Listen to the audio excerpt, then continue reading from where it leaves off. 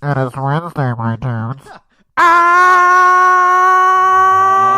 Geek out! Hey, welcome to another installment of Catching Up. I'm Sam. I'm Chris. I'm Jake. This week, Chris and I are in New York. Ooh. So there you have it. So we're going to kind of keep it brief. But you know what? Coming back for the three-peat, the hat trick even, The turkey. gobble gobble, is Jim Rugg. He's on promoting the newest volume of Street Angel, Superhero for a Day, out in comic book stores everywhere, Wednesday, October 25th. So it's that perfect Halloween purchase, man. And honestly, like it's the most fun we've had reading a Street Angel book so far. This is the third time we've done it, as the hat trick turkey three-peat would indicate. And it's the most fun we've had with Jim on the show, and it's always been fun. But you know what? Let's let you experience the lights. And pulling the hat trick, we've got all within the course of a year too, if you think about it. We've got Jim Rugg coming back on the show, the latest adventures of Jessie Sanchez, the deadliest girl alive, with Street Angel, Superhero for a Day, out in comic book stores everywhere on Wednesday, October 25th, just in time for Halloween. Or, I mean, it's never too late to be a superhero for a day. Jim, thanks for coming on the show. Thanks for having me, guys. I love it. Just as a quick aside, you had spoken at George Mason, and that was your first experience working with a risograph or risograph? Yes. Yeah, I'm glad you brought that up. It was. How'd that whole thing go? Well, for your listeners, anyone that doesn't know what a risograph is, it's kind of a cross between a photocopy process and a silkscreen process. And so I've known about them from people that made mini comics using risographs, and they would produce these beautiful mini comics. Like, the printing is amazing, and the inks include, like, fluorescent pink is a very popular color in risograph printing. Often if you see a risograph printed book, it will contain fluorescent pink because it's like my favorite color on earth. And so I've seen risograph zines for years and admired them. And I even had somebody do a commercial risograph printing of one of my books. But this is the first time I got to touch one. And so I made my first zine on Friday there at George Mason University, and could not have been better. It was just great. Nice. That does kind of explain, because all three, the Image Comics releases of Street Angel have all been in glorious color. You're doing the colors yourselves. There is a lot of fluorescent pink across all three of those books, now that I'm thinking about it. Yeah, I can't totally explain it. Once I started using pink, it just became a very pleasing color to my eye.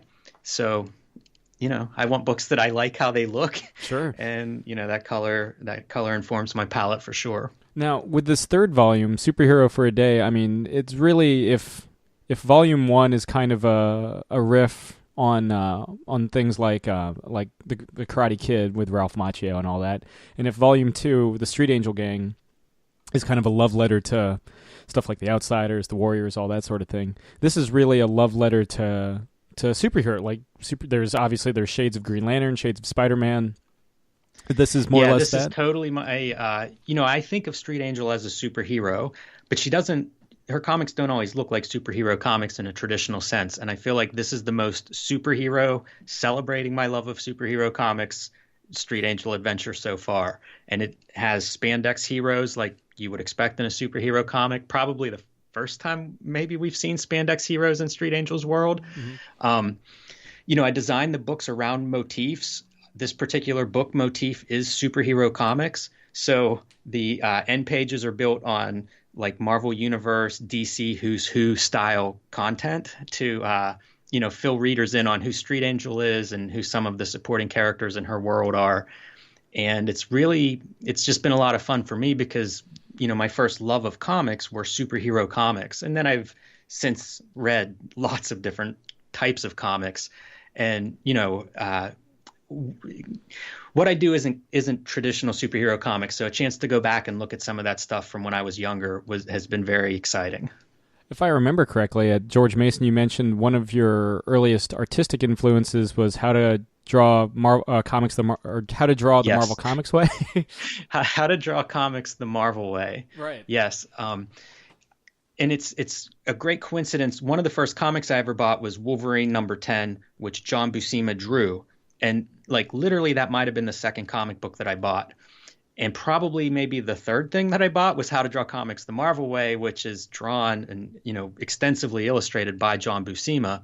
And so like those two, it was almost like, here's the guide. And then like, is the example of how this works. And it had a huge impact on me. I know it's not, I don't think anyone should stop at that point, but it was a very rewarding book for me.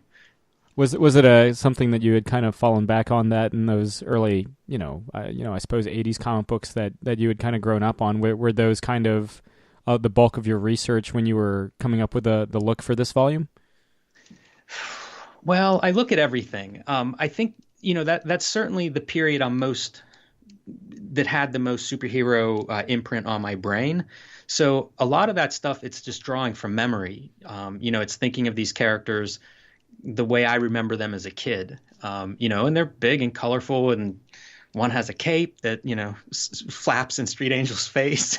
So it's a lot of just everything I can remember about comics, and superhero comics specifically. So there are references to Superman, as you mentioned. There's a whole wide assortment of those, and hopefully there's been enough distance from when I originally read them until now that it is somewhat new combinations of these characters and new interpretations. I do remember something else that you had kind of mentioned last week, that you try not. Nostalgia is is a double-edged sword for you a bit. Yeah, and I a lot of my comic cartoonist friends and I kind of talk about this, because nostalgia is a super powerful feeling and experience, and it's one I enjoy indulging in, but I think it can lead to sentimentality. And so I try to be vigilant to assess what I'm doing, to be objective and think like, do I enjoy this because it's, something I remember fondly from when I was 12, or is this, worth pursuing and developing and working the way I intend it to work? And so I think there's a fine line there. Something that if there's a kind of a through line that we have, I think on the show, it's that like nostalgia is a powerful, it's a hell of a drug. It's a hell of a drug, but it's also like yes. There is like a you can overdose. You can totally overdose, because I remember, though, I think we have enough wherewithal, because as a kid, I used to love Crocodile Dundee. That was the first movie I saw in theaters. Crocodile Dundee doesn't age that well. Right. That's something I think we need to, be aware of and not just blindly follow nostalgia, for sure. But I do understand that almost drug-like experience as well. About 5 years ago, I took a look at a Wizard magazine that I had probably memorized whenever I was 12 and haven't really looked at since. And it was such an intense experience. I describe it like I could almost feel, old neuro pathways dusting off and coming back into use whenever I looked at it, because those magazines would feature things like pages in penciled form. It'd be some interview with an artist and what they were working on. And it would be, it'd be essentially this preview of a work in progress. But when I was trying to learn I wanted to make those comics. So I would just stare at that material. And whenever I went back through it recently, I had that, it's I guess deja vu like or something, but it's such a vivid memory that I hadn't thought about in 25 years. And suddenly, wow. And kind of like a time capsule experience. Right. I do have to say, so with this volume, Jessie is kind of thrust into this, well, almost, I don't even want to say, she just kind of stumbles across this world of flights and tights. And there's kind of... That's a great way to say it. Yeah. And there's one of my favorite things across all, because we've done, we've reviewed and had you on for 3 books now.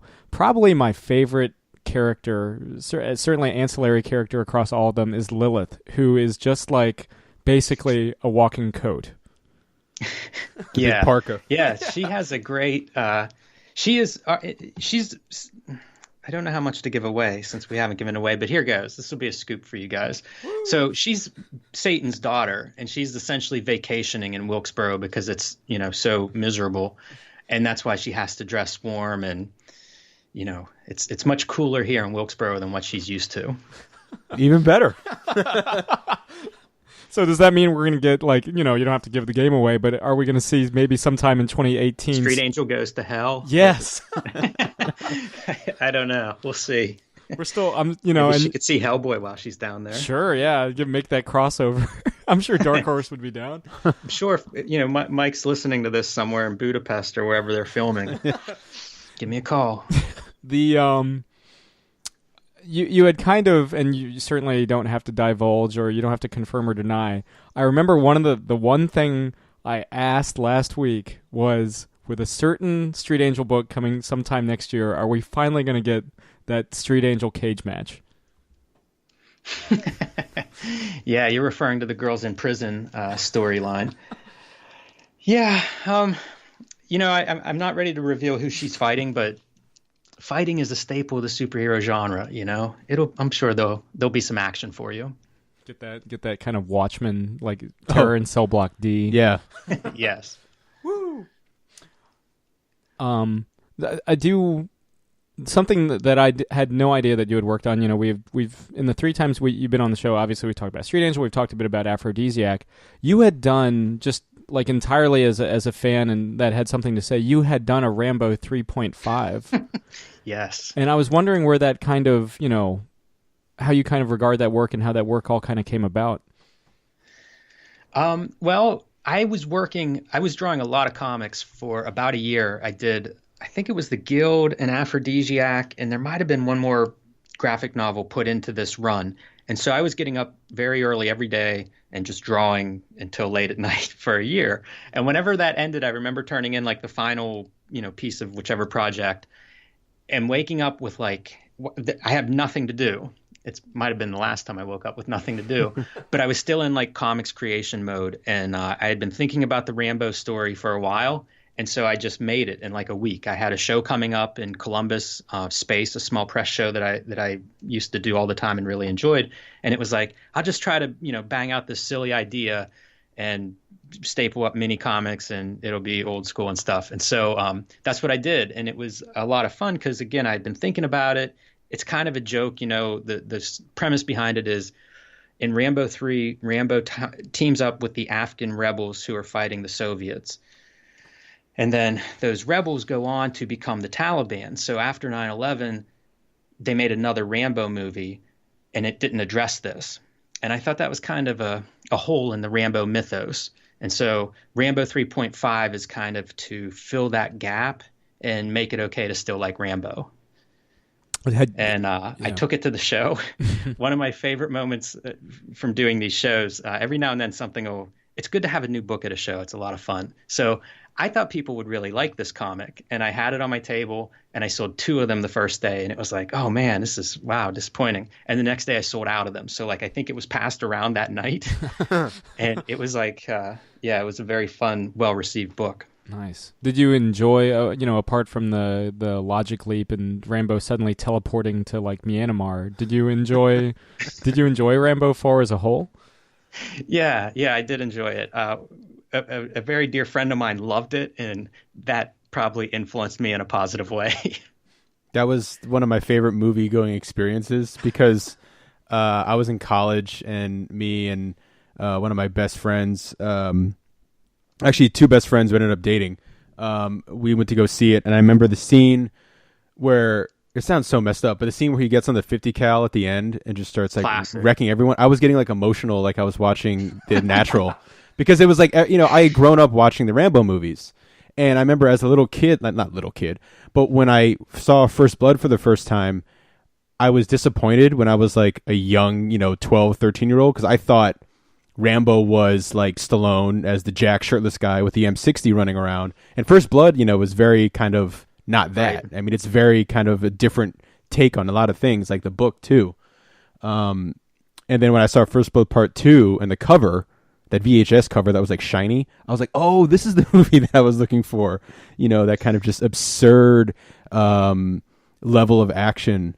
And I mean, we kind of, I feel like we worship at the altar of like 80s Stallone. Rambo. I worship at the altar of Stallone, just period. Even Driven.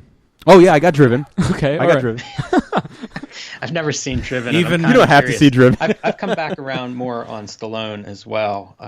So Driven is on my to see list. Yeah. If you ever want to see a F1 race in the middle of like downtown, wherever the hell that movie takes place, I saw it once, and that's about it. Even Rhinestone.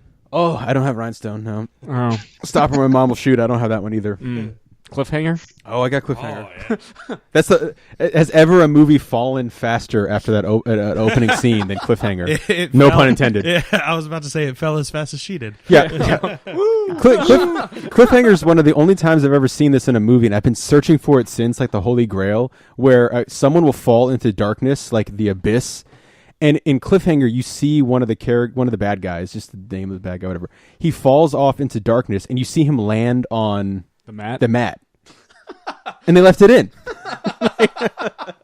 Can you only see it because it's like a Blu-ray or high definition? No, I mean I had it No, I wanna on. say you could see it in theaters. I had it on DVD, just like standard. Like I think I had like the double locks on the side DVD, from back in the day. Like, and I was just like, no fucking way.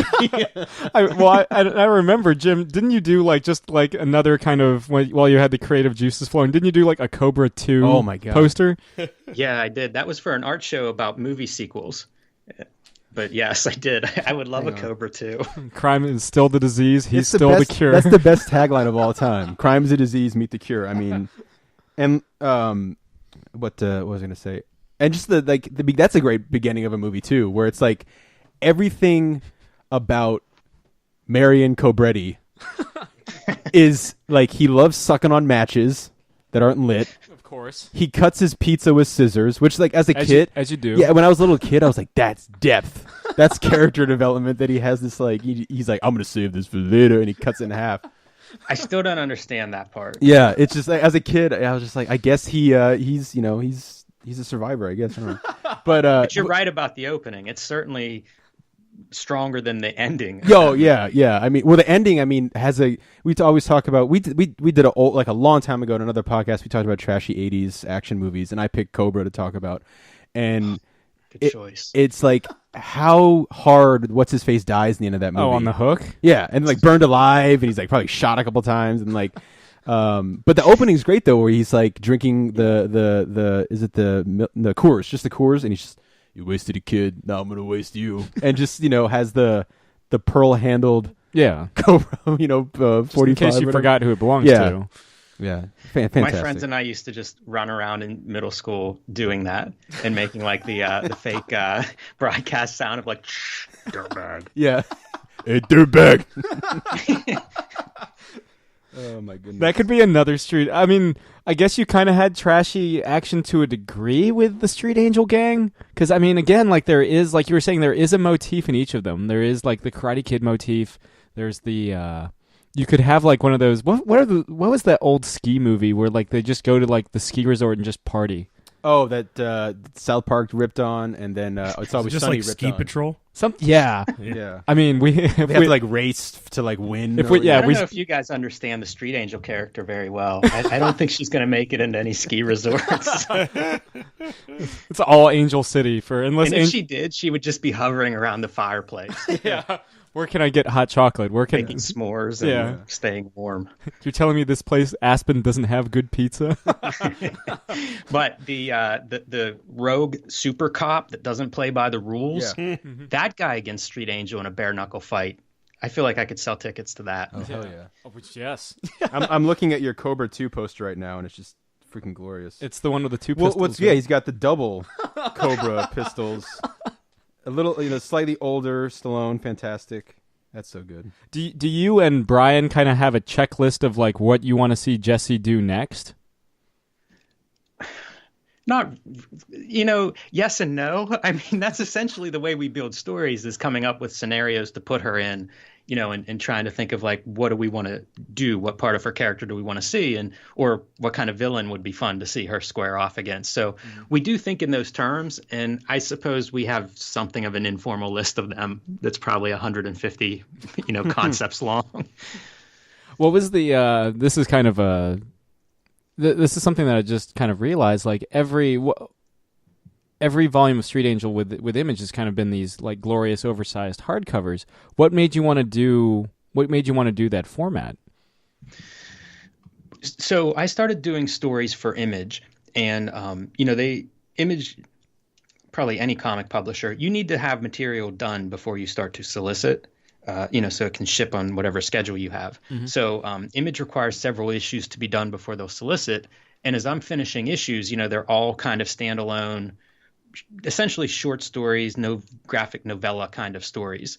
30 some pages long, a little bit long for a comic book, but short for a graphic novel. But they all stood alone because I think indie comics are hard to find. Like I've searched for thousands of indie comics in my life. And many times if you find an issue, it's a random issue 6 or 4 or something, And that's not great, especially if it's part of a longer story.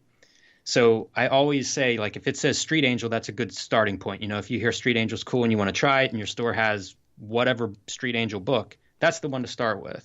They can be read in any order and they're completely standalone. So I'm turning these stories in and talking to Eric Stevenson, basically telling him what I'm telling you guys, any issue can be read, like they're all issue 1s, or we shouldn't put any number on them. And so we were talking about this and came up with this idea of this format. And there are, it's kind of like European graphic albums, if you're familiar with those. Sure. And I think of it a little bit like picture books, which I've gotten very interested in the last 5 or 6 years. So that's the idea behind the format. They're standalone. They're sort of, they're graphic novels, hybrids with picture books, and completely a contained experience. And that's part of why I do the end matter the way I do. Like most of these books will have some form of introduction to Street Angel that makes sense within this story. Like I said, this superhero for a day has like Marvel Universe, character profile pages. And so they really are designed to be read as a complete, this is Street Angel. This is the best Street Angel I can make. And if you pick up this book and read it, you'll have a pretty good idea of whether is this something you enjoy or not. So it's kind does of that totally. answer that? Oh, absolutely. I mean, it doesn't really. We don't see books. Obviously, we review a lot, Yeah. and there's nothing really like this on the market. And I always thought, I mean, the closest it gets in the North American market is maybe the English translations of Red One by like Terry Dodson, but yeah, and the other aspect of that is I've done a lot of book making as an artist. My background was in print design, and so like I won an Eisner Award as an art director for a book. for I've art Nemo, directed, yeah, totally. Print only journals. So that's an aspect that I kind of bring to the table too, in terms of like, often I'm making a book and thinking, oh, I like this size, or I like this weight, or I like this paper. And Image has been very open to my input on that. Speccing different cover stock, for example. These covers use a board that the production person I spoke with said they've never used before. So, it's a chance for me to like make a book with the resources that are available through Image, through this partnership with Image. And that's as much of interest to me as, any other aspect of making a comic, like writing a story. I'm very invested in that. Drawing it, I'm very invested in that. But making a book, I'm very invested in that part too. And I think that's something that separates me from a lot of comic book artists. Yeah, I mean, there's just the level of, even on the inside cover, I'm sure you're doing all that, like, kind of like Absolutely. all the graffiti, the doodles. It's all, coming up with trading cards for the Street Angel gang. Totally. So I think that's really cool. How is the response generally, if you don't mind sharing? How has the response on those first 2 books been? It's been very positive. I am nervous about the format because, as you said, there aren't too many books that look like it. But I had several people. I just got back from the Small Press Expo, SPX, this past weekend, which is a pretty big show. And I had several people stop by to talk and to express how much they liked that format. And so I haven't heard anyone complain about it, but maybe, I feel like people are quick to complain, and I haven't heard anything bad. But I have heard, positive feedback. Yeah, I feel like in this climate, people will let you know if they don't like stuff. Yes, for sure. So what can we expect next for Jessie Sanchez now that she's her friends have gone off and been a superhero for a day, and apparently one of them is the daughter of Satan, which we now know. Hell yeah. Well, probably the next story that we're going to get in book form is going to be basically a girls in prison story, Jessie going to juvie. I'm working on a different Street Angel story right now that I hope to release for Halloween. You know, Halloween is like Jessie's holiest of holy days. You know, it's her birthday and Christmas and Thanksgiving all rolled into one. And so I like to, you know, I kind of like to show her on the best day of her year, and that's Halloween. So I am working on a new. Brian and I are working on a new Halloween adventure. I don't know if it'll get done in time or not, but I'm gonna give it my best shot. Every day is Halloween if you try hard enough. Now, Jim, I don't know if you remember, but something we ask everybody that comes on the show: what are you currently geeking out over? Oh man, that's good. I'm trying to think. Maybe my iPad. I just got an iPad Pro, and I have been just starting to draw with it, and I love it so far. It's completely different than what I expected. You know, I do a lot of digital work, so I assumed it would work like other things that I've used. And it's been very different, and I like it a lot, and it's very fun. And that is actually what I'm drawing the new Street Angel comic on. So, you know, hopefully those things will all come together. But so far I've been doing like weird landscapes and tutorials and lettering stuff. I had a library talk a couple of weeks ago, and I wrote the whole thing in the drawing program that I'm using as a way to kind of just like, you know, get time working on the screen. All the coloring you had done had been digital too, right? Or had you actually? Yes. Okay, yeah. Now, as somebody that, you know, if there's any big, you know, through line through this episode is that we all love 80s culture. Have you seen the new It? I haven't seen it yet, and I want to very much. I've been in the midst of a pretty busy fall, but it is on my list to do. Well, have you seen it? Oh yes, yeah. If you dug Stranger Things, it's kind of hard to describe it this way. I think Jake described it this way. It's the most fun horror movie I've seen in years. Yeah, it's like super enjoyable, and it doesn't take away from like. It doesn't feel like an endurance test. Yeah, it doesn't take away from the scares. I mean, you know, if you know the story of It, you know the story of It. But you know what happens to Georgie. But yeah, but it's the thing that I like. It's you know, the coming of age stuff is done so well. You know, with the Losers Club, and it does a really good job of making you, you know, care about these characters and the kids. And there's also, you know, the horrifying aspect of Pennywise the Clown. So it all does it really well. Like, it really turns on a dime, and it's really, I think it's not just a good horror movie. It's a really good movie. So. Yeah, that's everything I've heard has made me want to see it. So it's just a matter of me going out one day and watching it. So hopefully very soon. How was the small SPX, the Small Press Expo this year? It was fantastic. I usually enjoy that show. It's the second show I ever did back in the year 2000, and I've had a positive experience there pretty much every time I've gone since. So this was a really good show. It was probably my busiest show. And then I had a panel on Saturday with Gilbert Hernandez, which is kind of like, you know, unbelievable for me. Yeah. And I had I moderated a panel on Sunday with Eleanor Davis and Jillian Tamaki, who are two of my favorite cartoonists. You know, so it was like the show was good. People I hung out with, had dinner with, you know, it's a chance to see a lot of friends, do some business. I met an 8-year-old girl. This is great. This was probably the highlight of my weekend or week, month, whatever. I met a girl. Her dad is a cartoonist, and he brought her over to meet me. And she's 8 years old and wanted to tell me how much she likes Street Angels. So I was like, oh, that's the nicest thing ever. Thank you. And I was like, now all you need to do is get a skateboard. Yeah. And it turns out she already has a skateboard and skateboards. She takes karate lessons. And she came back over an hour later to give me her mini comic Adventure Princess. That's fantastic. Like, oh, man. We're now mutual fans, and that was cool. A pretty fun moment. Just gotta, Halloween's right around the corner. Yeah. You just gotta, pull off the cosplay. Yeah, I'm hoping for some Street Angel Halloween costumes, hopefully. We've got what's this weekend? We got Baltimore this weekend. You were saying you haven't really done a lot of the major, more, for lack of a better term, more mainstreamy kind of comic shows in a while? That's true. Yeah, I did Baltimore several years ago. That was a fun show. I'm not sure why I don't do it every year. I think because it's so close to SPX on the calendar and geographically. In my head, I just think, one or the other, and I'm sure there are completely different audiences. So I need to do that show again. I kind of have it flipped because I don't really do SPX, but I do Baltimore like all the time. Have you ever done SPX? I have never actually been to an SPX. That's just open And what? you should go. SPX is as unique as San Diego Comic-Con. It's a completely different experience, but there is an insane amount of energy in the room.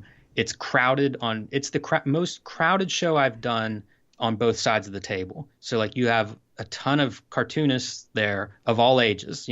Gilbert Hernandez is there, and then like some 18-year-old is there at his first convention.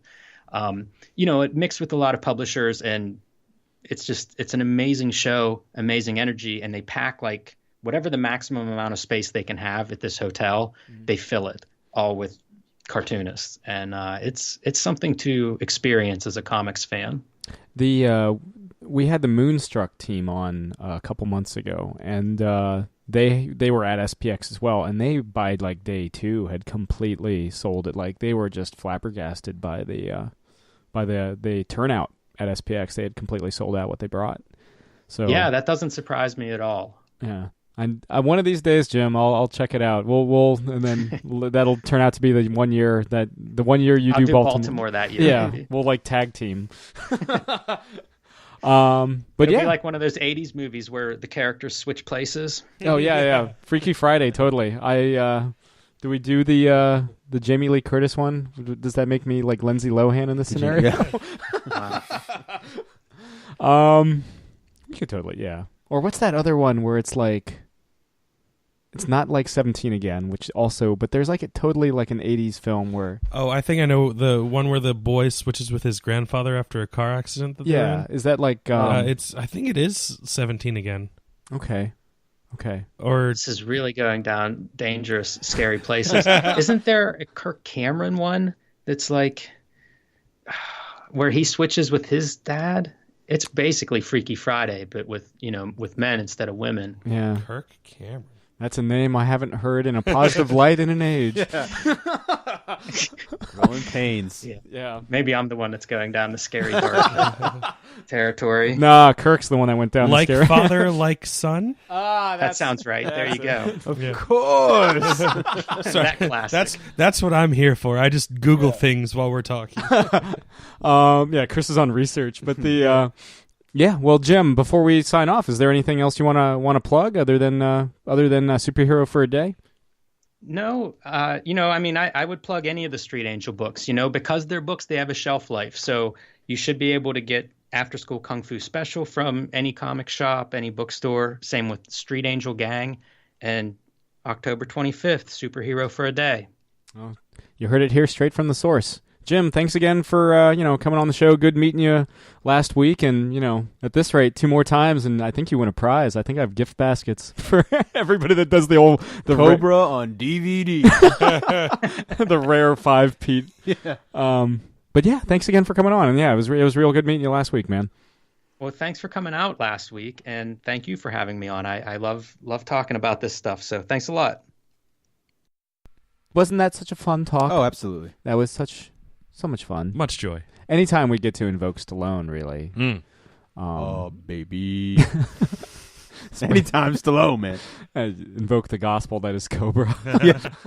And now a reading from Cobra 3. Crime is a disease. Meet the cure. Ding dong. You wasted a kid. No, I'm going to waste you. Hey, dirtbag. I want to get on like the microphone, be like, "Hey, dirtbag," like, "Get that Cobra-loving freak out of here." the manager. Thank you for recognizing that I love Cobra. I haven't dealt with a Cobra freak since 1988.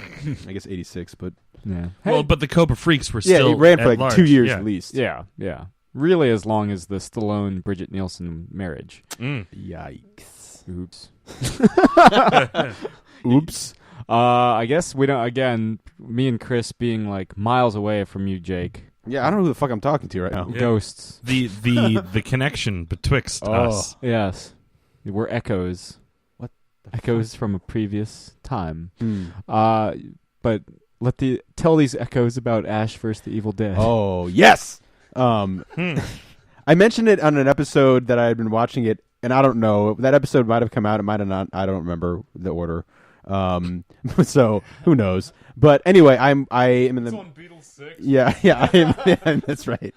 I don't even know. I am in the midst of the season 2 of Ash vs. Evil Dead. I am a fucking fool. I am a stupid idiot that's taking me this long to watch Ash vs. Evil Dead. The only good thing is that I was able to watch them pretty much 2 seasons uninterrupted. But Voodoo had the first episode free a while ago, and I was like, I know I need to grab that shit. I had it on the back burner during Game of Thrones and whatnot, and was like, why haven't I watched this? And I remember, I kind of fell into the Evil Dead at the time trilogy. This is pre the wonderful 2013 reboot. Wonderful. But yeah. Anyway, pretty late in life. Like I was working at Blockbuster, and I had never seen any of the Evil Dead movies, and I rented the first one just on a whim. I was like, oh, I'd heard great things about kind of the myth of this, mythos of this movie being made, and it's almost more famous than the movie itself. And I was like, I'll just check it out, and I watched it, and I knew halfway through the first movie, which isn't very long, I stopped it and ran the Blockbuster before it closed and rented Evil Dead 2 and Army of Darkness, because I was like, I know I'm gonna have to watch the rest of these movies. And Evil Dead 2 is one of my favorite movies ever made. I mean, I think that is, for me, the perfect blend of horror and comedy. And so and the slapstick, I always love slapstick stuff. Bruce Campbell's so good at that, especially in 2, because 2 is pretty much for the most part him in a haunted cabin. Yeah. And the effects, and it's just there's a charm to how these movies are made. And I, we all love Sam Raimi, and that guy loves film and loves making movies, and it shows. And anyway, I hadn't realized how much I had missed that feeling of discovering Evil Dead for the first time since, until I started watching Ash vs. Evil Dead. That pilot episode, which is directed by Sam Raimi, which is almost it's like 40 some minutes long, is really the best kind of beginning sequel we could ever got of what Ash has been doing, for I guess for the show. I guess Chris, you probably talked about it way back when it premiered, but really the show is like 2 years ago. Yeah, really because you're not a fool. Really, because the show is basically a sequel to the Evil Dead. Evil Dead 2. Evil Dead 2. Yeah. So it is. They talk about it being like 30 years since what he's been doing, and in very Ash fashion, gets back into the world. Ashen. Yeah, he gets back into the world of the Necronomicon by his own kind of stupidity. But Bruce Campbell. I mean, people always talk about like actors being born to play a role. Mm-hmm. Bruce Campbell. Yeah. Ashley Williams. Come on.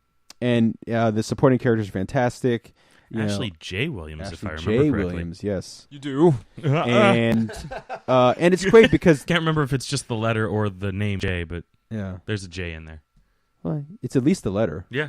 Yeah, no matter what, yeah, it is there's the letter. just What definitely I'm a saying J. is, like, I can't remember feel you. if they've declared what the Yeah. name is, or if it's like Homer, Yeah. which is his middle name is just the letter J. I remember that episode. Here's a fun fact. Yes. The actress that plays Ted's love interest in How I Met Your Mother, that's like the baker, Victoria, Mhm. Yeah. that he almost marries, Mm-hmm. played by an actress named Ashley Williams. Cool. Oh, I loved her, by the way. Yeah, she's one of my favorite. Yeah. Besides the mom, Yeah. Oh, she was my favorite. yeah. I I almost watched A to Z just because of the mom, but then it was bad. Oh. Like I watched like the first episode, and I was like, she's in Wolf of Wall Street. Yeah. Anyway, the show is it's fucking great. I mean, if you like any of the Evil Dead movies, Yeah. and why wouldn't there's you? something there for you. The humor, like we were saying, even though it technically doesn't acknowledge Army of Darkness because of, you said, like a rights thing or whatever, it's not for Yes, anything negative. It's just they it can't. legally cannot. Yeah, legally cannot. But we know the humor is that Yeah. reference, because it's the humor of Army of Darkness with the absolute vicious, graphic, gore, wonderful, crazy, over-the-top blood bath that is the first two Evil Dead movies. Mm-hmm. Especially the finale, season 1. Like I said, Oh. I'm only halfway through season 2, but that finale, oh man, they go for freaking broke. Mm. I mean, it's everything you'd want, and it's so much better than just a sequel that's a movie, Mm-hmm. because you get so much more, and it's great because they do this really cool thing throughout the series where they will project the movie onto things. like the the original scenes from the Evil Dead and Evil Dead 2. And so it's just I know once I finish and catch up and finish season 2, I'm just gonna rewatch all 4 of them. I forget which episode it is, but one of my favorite independent wrestlers is featured in the background. Oh, really? Yeah. Literally, it's I think it's the episode where Ash first goes back to his hometown. So early on in season 2. Ashy Slashy? Yeah, Ashy Slashy. But he's at a bar, and on one of the TVs, you can see a Joey Ryan wrestling match. Oh, really? And Joey Ryan, he's famously the one that has the dick suplex. Oh, yes.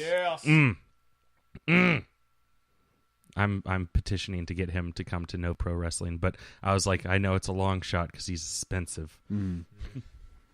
The reason I was laughing earlier is because at the time that Echo, Chris, and I, the time period we're echoing from, it's Avril Lavigne's birthday. Oh. Yeah. Real Avril Lavigne or fake Avril Lavigne? The fucking picture that they have for the Twitter moment. I just lose my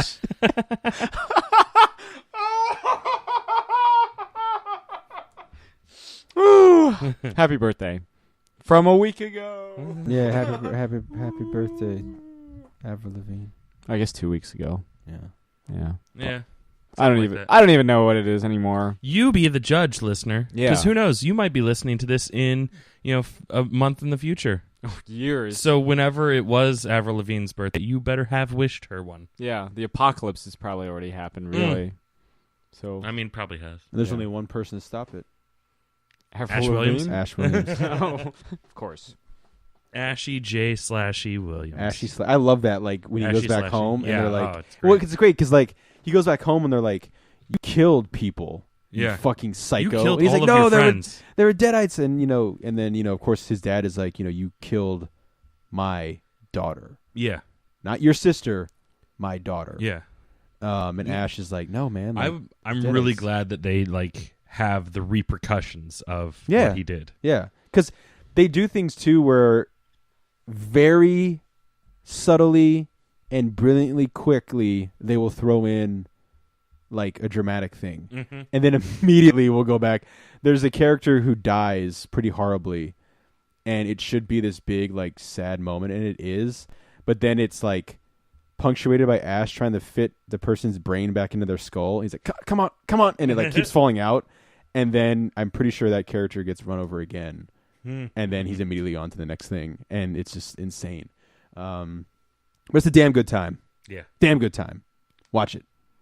It's the most fun I've had watching a TV show in a very, very long time.